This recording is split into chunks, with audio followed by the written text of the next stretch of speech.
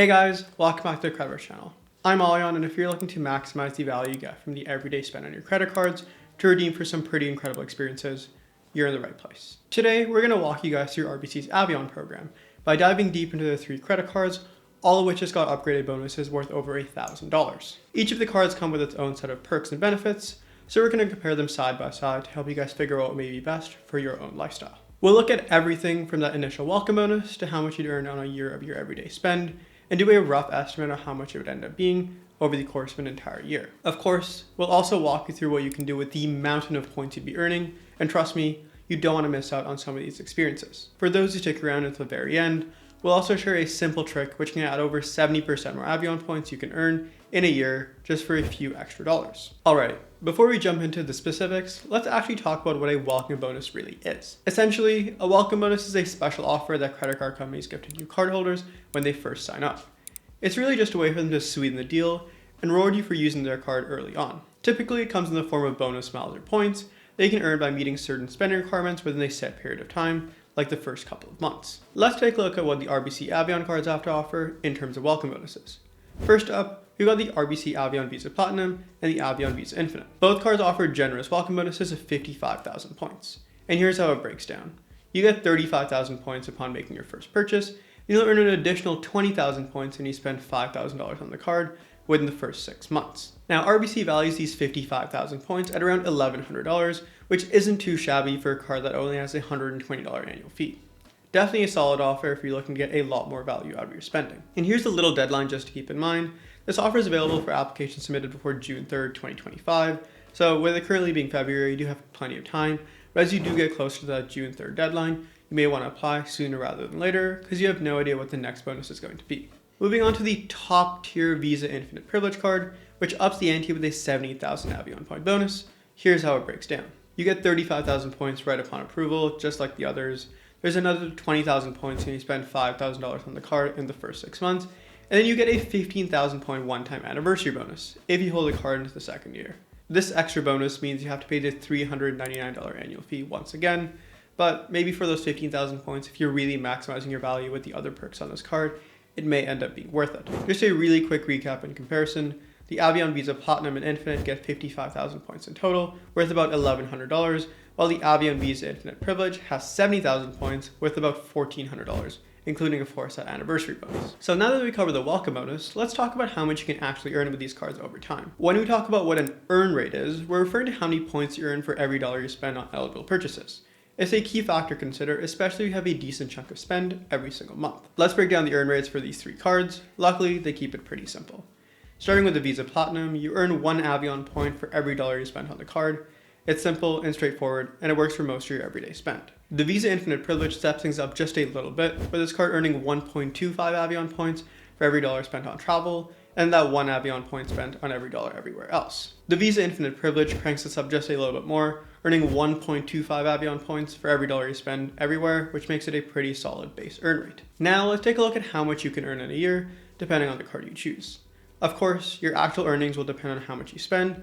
Here's a general estimate based on our general spending patterns across these categories over the past little while. For the Visa Platinum, you can expect to earn about 25,800 points from your everyday spend, totaling 80,080 points when you conclude that 55,000 point bonus. With that higher earn rate on travel spending, you can earn 26,400 points on the Visa Infinite, which makes 81,400 points your total. The Visa Infinite Privilege is of course this top tier card, and with that 1.25 points on everything, you'd earn 33,250 points from your everyday spend. We didn't assign a value to these points right now because how much these points are worth really depends on what you end up redeeming them on, which we'll have in the next couple of sections. Diving into some of the perks, just as a spoiler here, they're not actually anything truly world-breaking, but they do add some solid value to the card. Starting with the Visa Platinum, you get a few standout benefits that can really enhance your everyday experience. There's the Friday Friend Pass if you're into skiing or snowboarding, where if you purchase a lift pass on a Friday at some resorts within Canada, you get another one for one of your friends.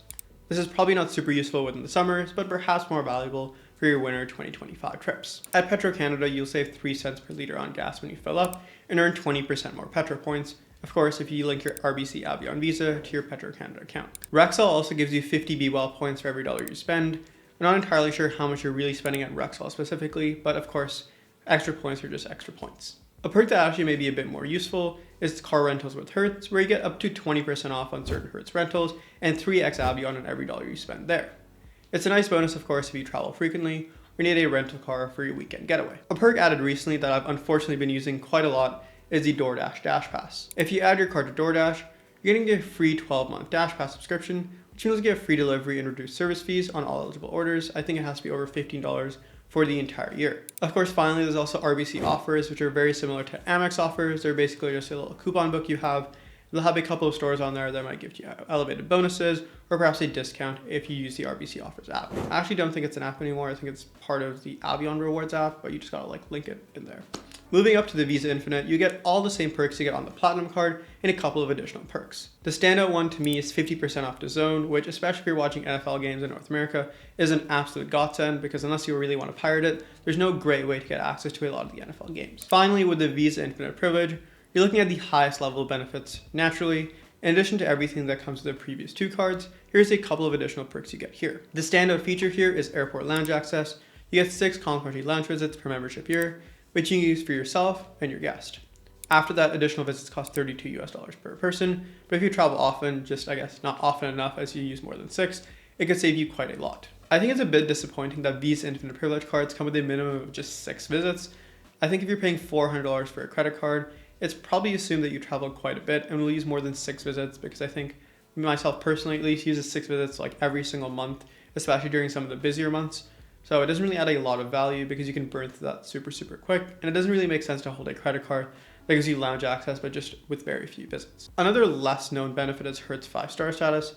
So when you register for the Hertz Gold Plus rewards, you'll automatically get upgraded to 5-star, which gives you perks like priority service as well as an upgraded car. Insurance is also a thing that some people may overlook when getting a credit card, but I think it makes a lot of sense to really think about, and we'll give you a bit of a primer here. Even the very baseline RBC Avion Visa Platinum comes with a pretty acceptable set of coverage. You get trip cancellation insurance, interruption insurance, flight delay insurance, burglary insurance, and baggage insurance. The Visa Infinite takes everything the previous one had and cranks it up just a bit. You get higher things like your trip cancellation and interruption insurance.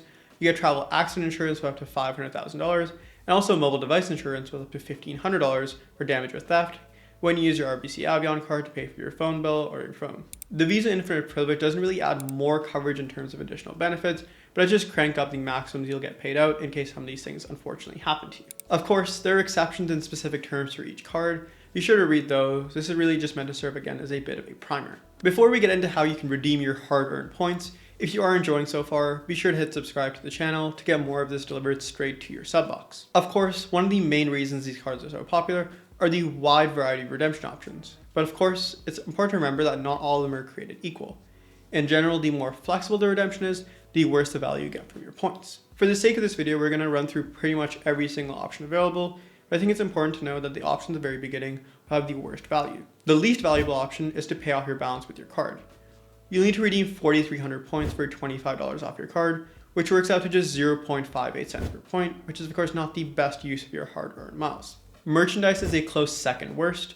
You can use your points to buy products from retailers like Apple or Best Buy, but the redemption value is still very low at around 0.65 cents per point. If you got 845,000 points burning a hole in your pocket, it may be worth it for a new Mac, but honestly, it's not ideal otherwise. Redeeming for gift cards is also another popular choice. Generally, it's about 1,400 points will get you a $10 gift card, which equates to about 0.71 cents per point. Occasionally, you may find bonuses that push this closer to 1 cent per point, which may be decent if you don't have any travel plans in the near future. Arguably, the best way to redeem your points here without using travel is to redeem for financial rewards, like paying off your home equity loan or covering trading fees. The value here is a bit better at around 0.82 cents per point, but of course, it's still not the best use of your points. When it comes to travel, you can get significantly better value for your points. Of course, no surprise there, as RBC really promotes these cards as their travel cards. The fixed points travel grid is perhaps an underrated option to redeem your points, as you can travel without really any blackout dates. Domestic and transborder flights give pretty solid value, especially for flights under like $1,100, but international options, especially long-haul flights to Europe, that come riddled with a bunch of taxes and fees, end up giving you pretty poor value, as low as about 0.8 cents per point. Here, a 55,000 point bonus gets you to destinations like Mexico, Hawaii, or Alaska from the East Coast, and places like Bermuda or the Caribbean from the West Coast. Moving over to the least flexible way to use your points, but the place that certainly gives you the best value, it's transferring your points to airline partners, especially for premium cabins. Again, while RBC has a modest list of partners, not all are created equal. WestJet Rewards is definitely one of the weaker options, where 1,000 points equals 10 WestJet dollars, or about 1 cent per point. I honestly would recommend using the fixed points travel grid for better value in almost every single other case, other than of course booking WestJet's business class, which with the fixed points grid ends up being pretty poor value. One of the stronger options for premium redemptions, especially in business class, is British Airways Avios. You can transfer Avion points at a 1-to-1 ratio with BA, with 30% transfer bonuses coming out pretty often, the 60,000 points you'd earn from the bonus, so 55,000 points from the bonus itself, and 5,000 points for the $5,000 to spend you'd get at a minimum of 1 cent per point, would end up getting you 78,000 points if you maximize the 30% bonus. I hope we made that pretty clear with the graphic on screen. It may be a bit complicated to really think about in isolation.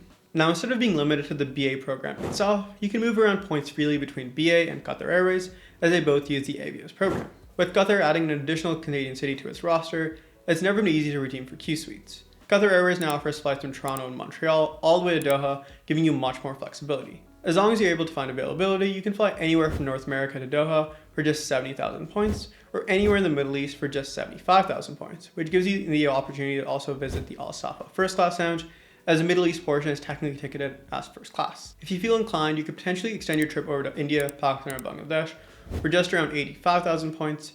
Now, this redemption will only really apply to the Visa Infinite Privilege, as the bonus is big enough that you can max that out, but if you manage to muster a few extra points on the other cards, I think this is a great way to maximize your points. Moving away from Qatar Airways, using Avios to redeem for American Airlines is also another really good way if you want to get yourself to the US. You can get pretty solid value when redeeming for flights between Canada and the US, as American Airlines flies from Montreal, Toronto, Calgary, and Vancouver, making it pretty accessible if you live in one of these major hubs. A good example of this is redeeming for a flight from Vancouver down to Dallas, as it costs 14,500 Avios, with just about $190 in taxes and fees. Of course, although the tax and fees are higher than what we'd really like to see on the same flight, Google flights sometimes price these between $400 and $500, making it pretty solid value regardless. Aeroplan has usually been our suggestion when it comes for flights into the UK, but flying from Toronto to London with Aer Lingus is often an option a lot of people really ignore. No, Aer Lingus is not winning any awards for the business class seats, but it can be a pretty easy way to get yourself to London.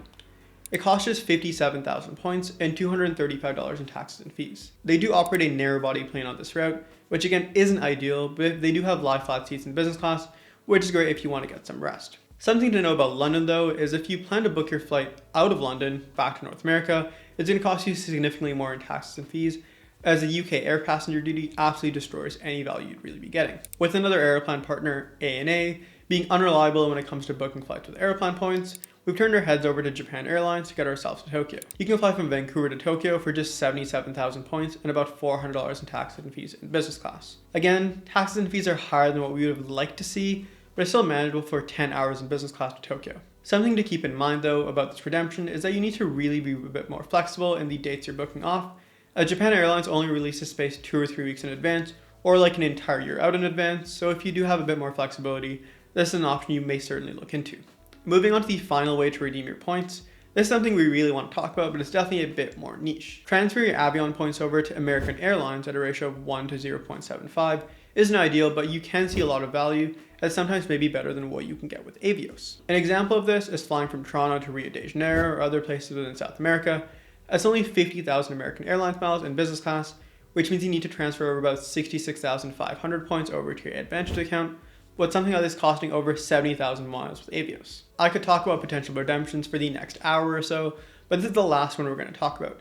Etihad A380 Apartments has been coveted as one of the best first class products in the sky, and you could potentially fly this product for about 8 hours for just 83,000 Avion points. Etihad fly the apartments between Abu Dhabi, London, Paris, Mumbai, Singapore, and New York. Flying to Paris or London is a great sweet spot, as you get taken the entire experience without having to pay an exuberant amount of points. Availability for Paris consistently opens 2 weeks prior to departure on American Airlines, while London is a bit more difficult to find, but it's still definitely possible.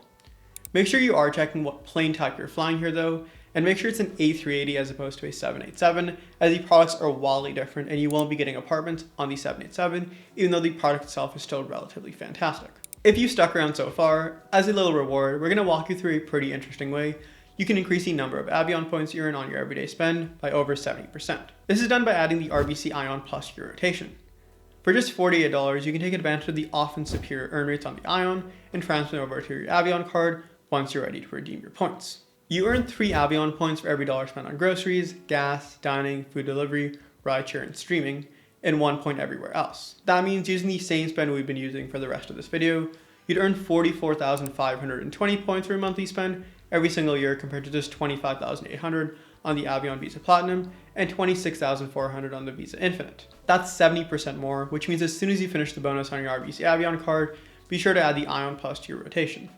You can then transfer over your points from the Ion to the Avion and take advantage of those massive transfer partners. To be honest, I think the next step will be RBC just opening up the Ion Plus to have the same transfer partners, similar to how Amex did with the Cobalt just a couple of years ago. With that, we're going to wrap up today's video. I hope you guys really enjoyed. We're getting back in the swing of things here at CreditVerse, and we do have some pretty fun stuff planned. Be sure to stay tuned, and as always, we'll see you next time. Take care.